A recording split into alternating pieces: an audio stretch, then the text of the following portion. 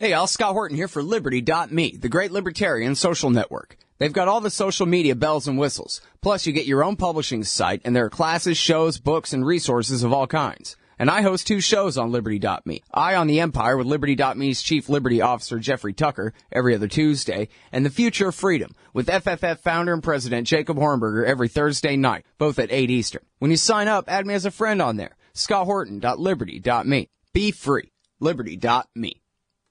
All right, you guys. Welcome back to the show. I'm Scott Horton. It's my show, The Scott Horton Show. Our first guest today is our good friend Ray McGovern, former CIA analyst, head of the Soviet division, former briefer for Vice President George H.W. Bush in the Reagan years, co-founder of Veteran Intelligence Professionals for Sanity, and full-time peacenik writer for RayMcGovern.com, ConsortiumNews.com, and Antiwar.com, where today we are running Putin shuns Syrian quagmire. Welcome back to the show. How are you, Ray? I'm doing fine, Scott. How are you? I'm doing good. Good to see you. I can see you on Skype today, so that's nice. Nobody else can see me, I hope. No, they can't. It ain't set up that way, and I don't even have a camera in here for me, but anyway. Okay. Yeah. Because I haven't combed my hair yet. Yeah, no. Hey, you know what? It doesn't look too bad. Your hairline is actually doing a bit better than mine, old man, so. All right. Putin shuns Syrian quagmire. Why would he do such a stupid thing? Everybody knows that quagmires are great. That's why America gets in them all the time. Well, you know, the wonder, Scott, is that no one believed what he said at the beginning. You know, he said, we're going in to stabilize the situation with the Syrian government, which meant, on the field, it meant you're not going to overthrow Bashar al-Assad. That's one regime change too many, actually 2, if you count the one in Kiev.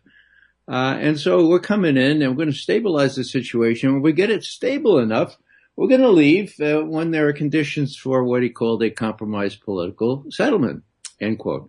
Well, hello. Everyone was sort of cajoled into believing, well, major world leaders, they have to do what they say, and so obviously he's going to hang around until he wins, right? And he saw what the situation looked like.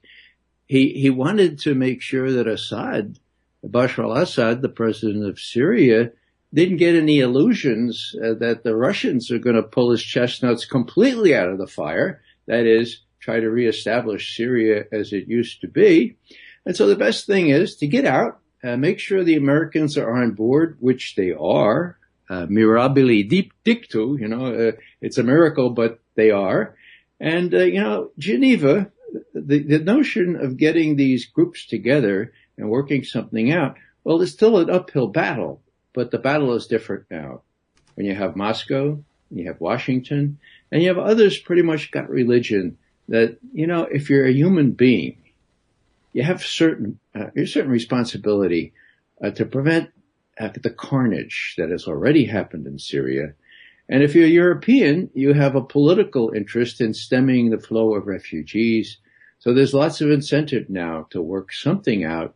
The ceasefire, the cessation of hostilities, seems to be holding again, and no one expected it to. So there's a lot of good news here. And as far as the Russians are concerned, it's really quite amazing that people should be surprised that they saw their advantage in not getting enmeshed in a quagmire, having known for a long time what it's like in Afghanistan and what it's like for what they call their partner, the United States, in not only Vietnam, not only Afghanistan, but, add Iraq, add Syria, add Libya, Somalia, quagmire seems to be, our thing, and explains a lot why the military-industrial congressional complex has 170 bases around the world. If we're in one quagmire and we get out, well, there's always another one to get into, and quagmires and wars and tension, as you know, Scott, are very good for business. Yeah, well, for some at the expense of the rest, of course, but yeah. For the ones with the connections, they certainly are. And yeah, I guess, the Russians, they just don't have that kind of budget to play around with. They've got to be realistic, with low oil prices right now. They're not an empire anymore. That's right. They've already cut back 5% on their military budget for this year. And that has to do with economics. It's interesting. If you have some perspective on this, there was a book written, it was called Khrushchev Remembers. And what he remembered was his political life. And he gave this to a fellow who now is a neocon. But at least he wrote this book, and in it, he talks about Khrushchev's discussions with Eisenhower, okay? Dwight D. Eisenhower. And Eisenhower says, I can't deal with this military-industrial complex because what they tell me is they come into my office and they say, the Russians are doing this, A, B, and C. We've got to do it too. And Khrushchev says, whoa, that's exactly what happens here. Okay? So there it is. The two leaders of the world at that particular time admitting that once the defense ministry or the defense set up here and the people who are fed by it, what Pope Francis called the blood-soaked arms merchants, once they get into the president's office, even with Obama, or especially with Obama, you've got a real problem. So that's what we have here. And the big new element, Scott, that I really haven't had a chance to deal with just yet, but as you may remember, when I cut my teeth on analysis of Soviet foreign policy, my portfolio was China. It was Vietnam. It was the international communist movement. Now, China was the big deal because it looked like the Chinese and the Russians didn't like one another. Whoa! There were troglodytes who say, "Oh, McGovern, you're being taken in here. They're both commies. They're both commies. How can they differ with each other?" Well, it was so clear that they started a border skirmishes along the rivers there. It was so clear that they defeated each other at every turn, and the Chinese went so far as to prevent the transit of Soviet military aid to Vietnam. That's how bitter the thing was, okay? So we were convinced, we smart guys in Washington, that the Russians and the Chinese hated each other and they would hate each other forever. Guess what? When Kissinger left, I will have to give him credit for one thing. He played this triangular relationship in a beautiful way. He went to China, and immediately after that, what did we get? We got arms control agreements with the Russians. We got a quadripartite agreement on Berlin, where the East Germans and the Russians wouldn't harass the supply or the trains or the planes that went in there. We got all manner of concessions from the Russians by playing the Chinese card. Now, why do I mention all that? Well, I mention all that because at that time, the trade situation between Russia and China was, get this, $400 million a year. That's a paltry sum, okay? Now what is it? Well, the Chinese are getting sophisticated weaponry from Russia. There's big bucks involved. And I think the last time I looked, the trade relationship involves at least $50 billion. B with a B, all right? Now, that's a big change. So why is it that Putin says, well, all right, the Americans and NATO are being bellicose on our border in Europe. They're making trouble for us everywhere else. But still, we're going to cut 5% off our military budget. How's he get away with that? Well, because China has his back. And that's new, and that's big. I would go so far as to suggest that if the not Strangelove, what's his name? Breedlove, the general who heads NATO, were he to cause some real problems there, military problems in Europe, I will bet you that the Chinese will come and say, knock it off. All right, hold it right there, Ray. We'll be right back, everybody, with Ray McGovern right after this. Hey, y'all, Scott Horton here. It's always safe to say that one should keep at least some of your savings in precious metals as a hedge against inflation.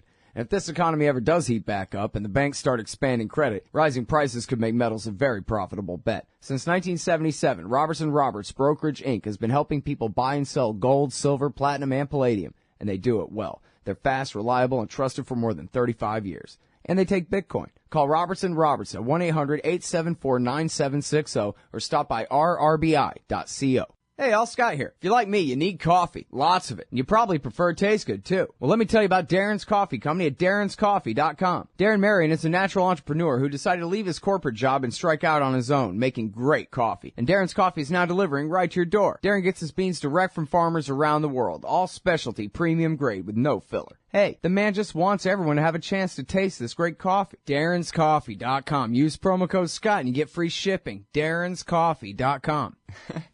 All right, you guys. You gotta admit you love my bumper music. Welcome back to the show. I'm Scott Horton. It's my show, The Scott Horton Show. I'm talking with Ray McGovern, former CIA analyst, now veteran intelligence professional for Sanity, writes for Consortium News mostly. We run all of it at antiwar.com, original.antiwar.com/McGovern. This one is Putin shuns Syrian quagmire. And, so when we left off at the break there, we're talking about healing the old Sino-Soviet split, American policy backfiring again. And I want to talk about, you think there's any way I could keep you into the next hour and do the first segment of the next hour too, Ray? This is a good day for me, Scott. Sure, you can do that. Great, because I happen to have an opening and lots of questions for you. So that'd be nice. Okay, so... but let's get back to Syria for a minute here, because as you mentioned, the ceasefire success has been a surprise, and I think probably only in a way, right? Like everybody knew that if Russia agreed, then they could get the Syrian army and the Syrian government, the Iranians and Hezbollah and everybody to fall in line with their decision for peace. The part that seemed surprising, I guess, was that Ahrar al-Sham and then whatever other so-called mythical moderate groups apparently quit fighting as well. And yet I read that in recent days, I guess 2 days ago, al-Nusra came in and obliterated one of the last of these so-called mythical moderate groups, and seized all their weapons, possibly even including their tow missiles that America and Saudi had given them, and that kind of thing. But I was just wondering if that's the part that was the surprise to you too, that the CIA's backed terrorists, that they're not just backed by the CIA, but apparently controlled by them too, that America and or Saudi can turn them off with a switch. And does that count for Ahrar al-Sham? Because I would have thought that they would have sided and stuck much more with the al-Nusra front than any other mythical moderate groups. Scott, I'll be really frank with you. I'm not so well informed about which moderate or immoderate or terrorist group is fighting still and which not. What I would suggest is that it is a surprise that so much relative peace now reigns in Syria for the last 2 weeks as a result of this agreement. And it's easy to say, well, once the U.S. and Russia agreed on this, it was going to happen. That wasn't so clear at the time. So that's a very good sign. What I would say is that the focus is now on Geneva. And TASS today, the Russian news service, is reporting that these two groups, the representatives of the government, these are intra-Syrian talks going on. So you can imagine how delicate and how difficult they are. But the UN coordinator here is talking in very optimistic terms. He's talking about actual negotiations, actual position papers that are being surfaced by both sides, and that's new. Last time they got together, they quit after 2 days, and they say, hey, this is getting nowhere. Let's do it in 4 weeks again. So this is, it's not 4 weeks, but 8 weeks. But that's a good sign. So what I would do is to say it's not gilding the lily to accentuate the positive here. The Russian withdrawal is a big deal. It's being played by the UN representative, as a catalyst for other people working out their differences. And perhaps most important, Russia saved Bashar al-Assad from being overthrown. God, when you think about if they hadn't come in, we have ISIS on the Mediterranean now. Anyhow, they saved Bashar al-Assad, so he owes them big time. Now they're gone, okay? Now, and they only intervened just enough to save him, but not enough to help him win the war. That's exactly right. So, if he has any ambitions of reconstituting Syria as it existed before the war, the Russians have made it very clear to him, I'm sure, forget about it, okay? Now, if he wants to be real hard-nosed and sabotage these negotiations, I'm sure the Russians would say, forget about it, Bashar al-Assad. We're not going to permit this. We're not going to support you unless you show more flexibility. You're wobbly now. We're not there anymore en masse as we were before. And so I think part of this has to do with the Russians speaking cold turkey, so to speak, to Assad and saying, look, we're putting a lot of investment in this, and so are the Americans for that matter. So if you can work something out here with these rebels, that's what's going to have to happen here, and we will help secure whatever comes out of here, but you've got to show some flexibility. We ain't around anymore. We're not going to carry your water. So that's a big thing, and that's an incentive to Assad. If he wants to keep what he has, and that's most of Syria, most of the population, and I dare say most of the army that is still sympathetic to him, even though they're not all Alawites, and most of the Sunnis are still sympathetic to him. If he wants to keep a nation and he wants to have free elections in which he would undoubtedly win as he did last time, then he has to play ball. The ball is in his court as well as it's in the court of Geneva. And that, I think, is the big news coming out today and yesterday, where these people did get together and they're holding what seemed to be almost substantive talks about how to work this out. Mm-hmm. Well, of course, the big problem with all of this is that probably half the country, at least in land area, I know a lot of it is worthless desert out there in the east of the country, but still, quite a few towns are held by the al-Nusra Front and the Islamic State, both of which are, politically impossible to negotiate with in any sense. They've got to be destroyed by somebody at some point. So I wonder, what you think the Russian/American plan for that is. Well, the Russian statement, Putin's statement, the other night, or the other afternoon, was very clear in saying that our forces in the air base there near Damascus and in Latakia remain. And things remain. That's why I was really interested in looking at the Russian, what he said. You get all kinds of translations. But what he said was things with respect to the bases will remain в прежнем режиме, which means as usual, like it was before, all right? And so that means that if you're ISIS, if you're al-Nusra, you better get down under the ground because, in my view, the assault on these folks from the residual force that Russia has in Syria and from the Americans, that will continue. In other words, your translation of before means the day before yesterday, not before the intervention last fall. That's correct. In other words, not only Secretary of State Kerry and Foreign Minister Lavrov have worked out this mutual agreement that ISIS and al-Nusra are fair game, okay? And not only that, but it was followed up by really strong air action.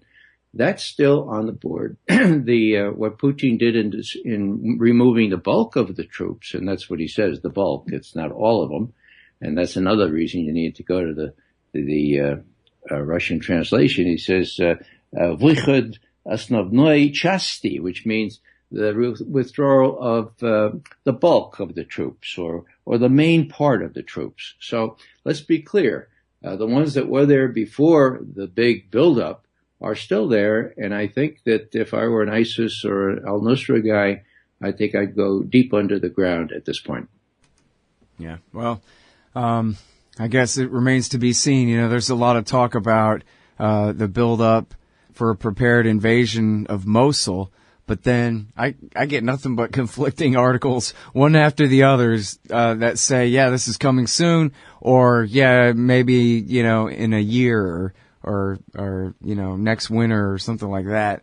But on the other hand, you know, apparently Shia militias and Iraqi so-called army forces, Shiistan army forces and Peshmerga are getting ready to, as best they can, to assault Mosul and drive the Islamic State out of power there. So I guess at that point, like you're saying, they'll just go from a state back to an insurgency, back to underground again. That's right. They had certain vestiges of an actual state, but I think it is fair to say, and I'm reluctant to say it, but I think it's true, that ISIS, ISIL, or Daesh has suffered major setbacks now. The more so since the Russians have sort of broken the supply lines that come down from Turkey, not only to the the so-called moderate rebels, but these other fellas. And Turkey has got to make some basic decisions as well. All right, that's where we're going to pick up this conversation in like 8 minutes or something, Ray, so you can go take a break. We'll be back at 6 after with the great Ray McGovern on the Scott Horton Show. Hey, y'all, Scott here. The thing is, I need you guys to help me to get these download numbers up. So do me a favor and sign up for the podcast feeds of this show. You can choose the whole show or just the interviews at iTunes and Stitcher. All the buttons you need are at the top of the right margin at scotthorton.org. The more subscribers I have, the more iTunes and Stitcher will help promote the show to new listeners. If you're a hardcore fan, brand new or from way back, please leave them customer ratings and reviews, too. I'm trying to get these wars ended. Superior blends of premium coffee. Roasted fresh in Zionsville, Indiana. Darren's Coffee satisfies the casual and the connoisseur. Scott Horton Show listeners, visit darrenscoffee.com and use the coupon code SCOTT at checkout for free shipping. darrenscoffee.com. Because everyone deserves to drink great coffee. All right, you guys, welcome back. I'm Scott Horton. I'm going overtime here with Ray McGovern on the line. Putin shuns Syrian quagmire is the piece running today at antiwar.com. And so, of course, this discussion, it's all proxy war, Cold War fight between the American empire and the Russians and the Chinese, for that matter, as Ray was mentioning earlier. So we're going to get back into healing the Sino-Soviet split and what it all means. But first, I wanted to go back to what you were saying right there at the break about the Turks and all the tough choices that they have to make. And it seems like President Erdogan is making worse and worse choices all the time over there. I don't know. But he's got a lot of pressure on him as well to go along. But what do you think is going to happen there? Or how much conflict is there, do you think, between Turkey's position and America's real position in this? Not the public one, but America's real position in this one. Well, Scott, I would say the Americans' real position of a couple of years ago was that the Turks would help us insert, quote, moderate, end quote, rebels into Syria, help equip them, help arm them, and that's what the Turks did. Now, the Turks not only did that, but with or without our acquiescence, they brought chemical agents into Syria. We know that because two Turkish parliamentarians in December, now you haven't read that in the New York Times or the Washington Post, have you? But in December, using court documents from a judicial proceeding, showed that 8 or so people were involved in the transit of the precursors to sarin and other chemical weapons from Europe through Turkey down into Syria. Now, those parliamentarians said it's a very good guess that that was the sarin that was used in the attack of August 21, 2013, outside of Damascus, the one that John Kerry and others seized upon, saying Bashar al-Assad did it, Bashar al-Assad did it. Well, the reality is that he didn't do it. Who was it? It was these so-called moderate rebels. And who made it possible? The Turks, okay? The Turkish intelligence service. We had reporting about that at the time, and we told the president. We, veteran intelligence professionals for Sanity, were in touch with our former colleagues and other people. We knew that that sarin was homemade sarin. It was not the sarin that was in Syrian government stocks. So why do I mention all that? Well, we almost went to war with Syria, didn't we? Read Jeffrey Goldberg's article in the Atlantic. The president was, hours away from pushing the button until, and Jeffrey Goldberg doesn't mention this, until General Martin Dempsey, chairman of the Joint Chiefs of Staff, went to the president the evening after John Kerry said 35 times, Bashar al-Assad's government did it. Okay. Dempsey goes to the president and he says, Mr. President, I've just heard from my British colleague. He tells me they have a sample of the sarin that was used on August 21 outside Damascus. It's homemade sarin, Mr. President. It's not from Syrian army stocks. Now, if you want to press the button, well, that's, your business. I'm just advising you, but the UN investigators, inspection team are still in Damascus. They don't come back for 3 days.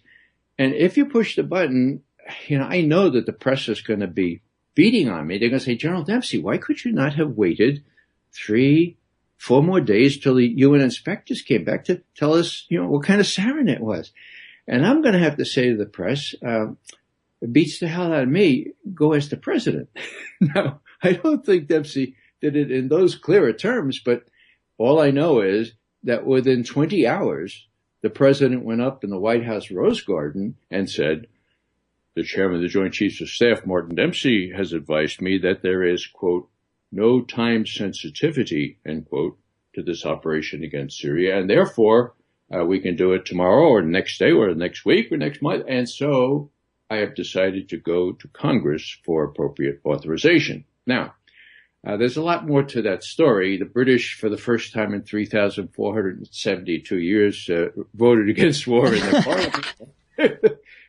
And there was a lot of dissent in the United States at the time whether we should have another war. So there was more to the story. But the basic thing was that the Turks set us up, set the U.S. president up, and that's clear now.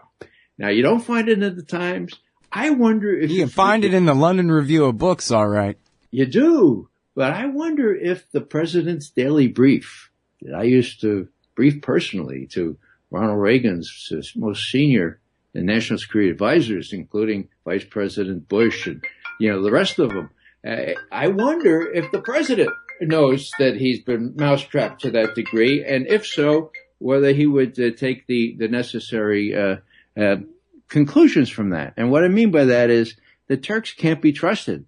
And the Turks are, unpredictable. Erdogan is a little bit of I would not want to trust his judgment. He shot down the Russian plane, for God's sake. Now, the Turks are a problem because they're our ally. I mean, a real ally. Not like Israel, which is not a real ally. Not like Saudi Arabia, same thing. To be an ally, you need a mutual defense treaty. And there is none with Israel. There is none with Saudi Arabia. So you can call that an ally if you want, but it ain't an ally. So Turkey is an ally. So let's say the Russians and the Turks get involved in a little shooting match. Well, the troglodytes like General not Strangelove, General Breedlove up there at NATO, he's going to be beating on the press and the president to retaliate against those bad Russians. Well, that's really, really a problem.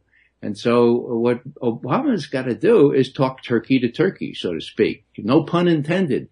He's got to tell them, look, you stir up a real problem with Russia. I don't care if you're a member of NATO or not. We're going to tell it like it is. If you provoked it, we're going to tell our NATO allies, don't expect us to, come in and pick your chestnuts out of the fire.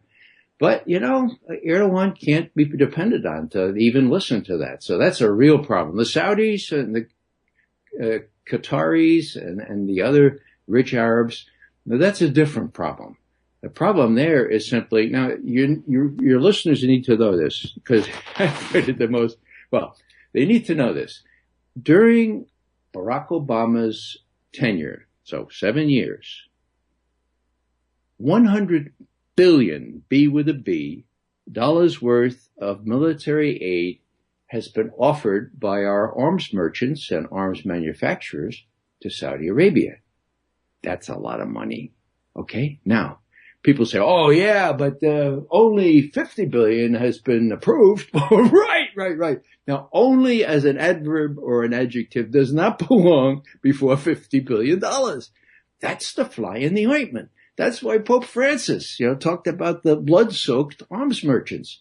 So these powerful people exercising this influence, well, they can't go to, Obama can't say, well, forget about those $50 billion. We're going to talk Turkey. We're going to talk Turkey to the Saudis, so to speak. They have to knock it off.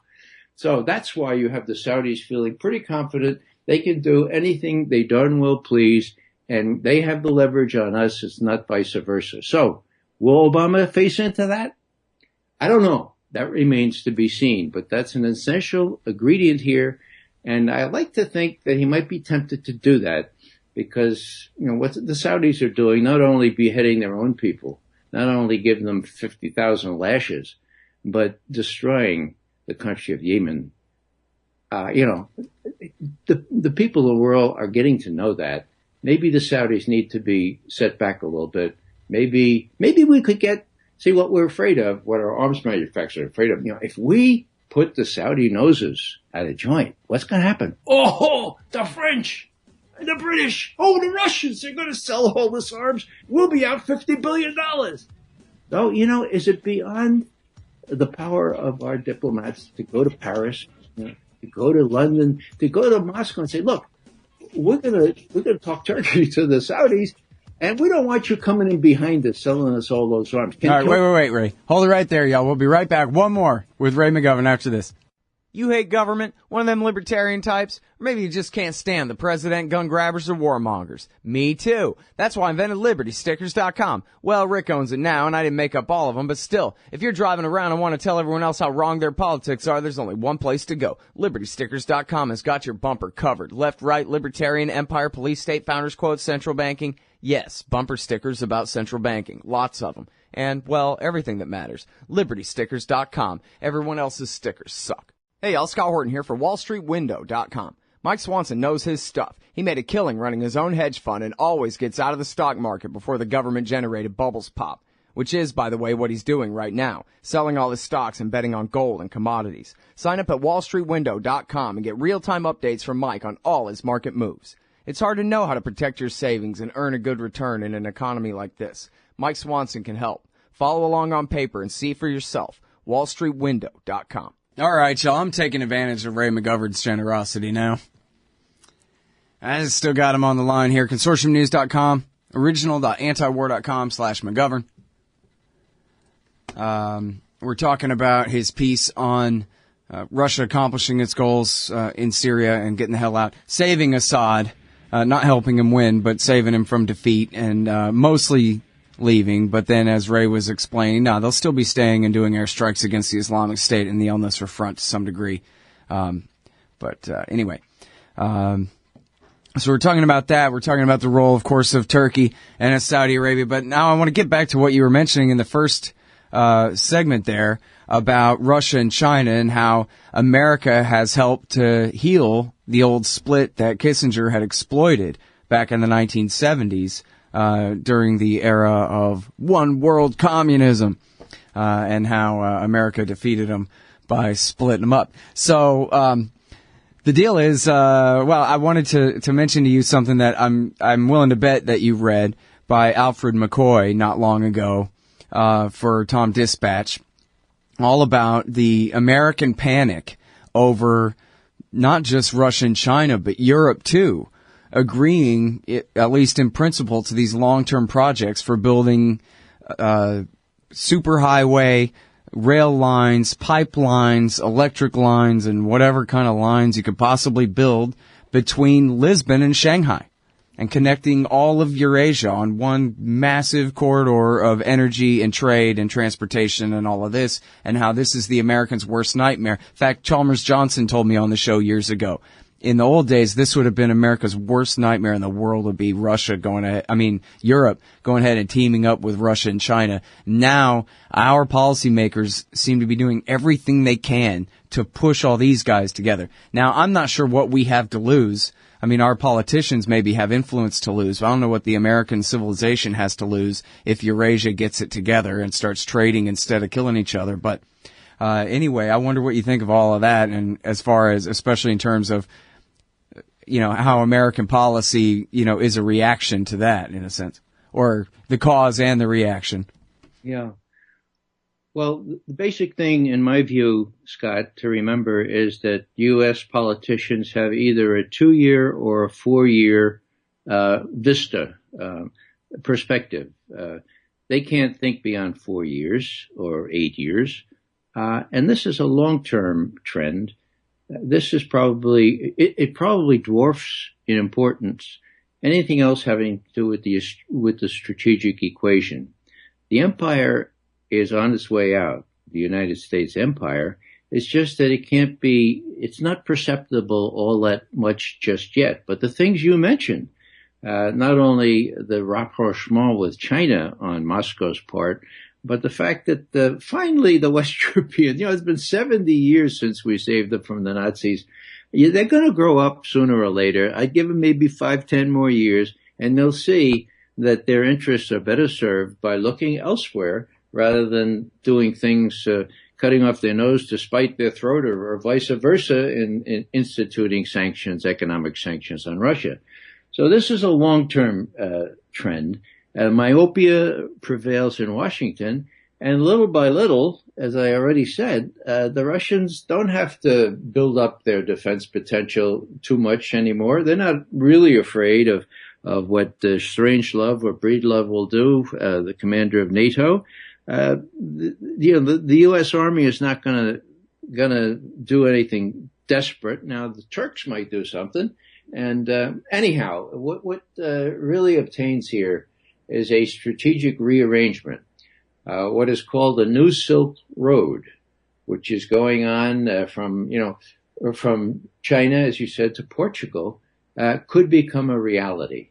And the supreme irony, and I'll only take one more minute to say this, is that, I go back a ways. And if you go back to 1989 actually, when the Berlin Wall fell, okay? There was talk there, sincere talk, by people like George H.W. Bush of one united, free Europe from Lisbon, not to Beijing, but to Vladivostok. Now, the military-industrial congressional complex put the kibosh on that. But this new arrangement, where the New Silk Road coming from China all the way to Lisbon, that's more a reality now than anyone would have dreamed just 10 years ago. So the empire is sort of doomed, and the question is whether U.S. politicians will be adroit enough or knowledgeable enough to work out reasonable deals where Americans will not suffer too terribly. That remains to be seen. Yeah, well, like you were saying before, as long as we have our arms merchants have such an interest in keeping this thing going. And, there's very little detailed journalism about how this goes. The last real great article I read about it was back 10 years ago by Richard Cummings, all about how Lockheed had learned the lesson that they don't just want to sell only to the military that'll guarantee their profits. They need to help determine what the policy is going to be and who we're going to be attacking so that they know what kind of tanks to make and that kind of thing. What kind of planes we're going to need so that they don't make bad investments. A captive market isn't good enough. They need to captivate the policy behind the market too. So they created the Committee to Expand NATO. It was a creation of Lockheed. The Committee for the Liberation of Iraq, which specialized in human rights concerns as opposed to weapons of mass destruction. But still, again, set up by Bruce Jackson of Lockheed. And then it turns out that all the political neocons, Richard Pearl and Paul Wolfowitz and all the ones in the actual administration, that separate government, as Colin Powell called it in the first Bush Jr. administration. They were all Lockheed guys as much as they were Likudniks. And yet, but who's documenting this now? I mean, we can all see it from the outside, but who's got a good insider on how they dictate, say, for example, the policy in Yemen or the policy in Ukraine? Well, you have some folks writing about arms control. And there is a lot of information out there on the web comparing our defense expenditures and what Boeing as well as Lockheed see as their interests. What is not appreciated by the American people is the insatiable greed. The insatiable greed not only of the corporations that profiteer on war, but the chinovniks, the bureaucrats, the people like Pearl, Wolfowitz, and others who sit up in their ivory towers, have their martinis, and think about how they'll make the next million. I know that to be the case. I don't understand it because I don't know what one does with their second $1 million. Call me naive, but I come from a more proletarian background. It's really hard for me to understand it. I do know it. All right, so that's Ray McGovern. He was a CIA analyst for 27 years, was the chief of their Soviet division, and of course was the briefer for H.W. Bush when he was vice president in the 1980s. He's the co-founder of Veteran Intelligence Professionals for Sanity, and he writes at raymcgovern.com, consortiumnews.com, and original.antiwar.com/McGovern, where his latest is running today, Putin Shuns Syrian Quagmire. Thank you so much, especially for staying the whole hour with us today, Ray. Welcome, Scott. Sure appreciate it. Talk to you soon. Hey, I'll check out the audiobook of Lou Rockwell's Fascism versus Capitalism, narrated by me, Scott Horton, at audible.com. It's a great collection of his essays and speeches on the important tradition of liberty. From medieval history to the Ron Paul Revolution, Rockwell blasts our statist enemies, profiles our greatest libertarian heroes, and prescribes the path forward in the battle against Leviathan. Fascism versus Capitalism by Lou Rockwell for audiobook. Find it at Audible, Amazon, iTunes, or just click in the right margin of my website at scotthorton.org. Hey, Al, Scott Horton here to tell you about this great new book by Michael Swanson, The War State. In The War State, Swanson examines how Presidents Truman, Eisenhower, and Kennedy both expanded and fought to limit the rise of the new national security state after World War II. If this nation is ever to live up to its creed of liberty and prosperity for everyone, we are going to have to abolish the empire. Know your enemy. Get The War State by Michael Swanson. It's available at your local bookstore or at Amazon.com in Kindle or in paperback. Just click the book in the right margin at scotthorton.org or thewarstate.com.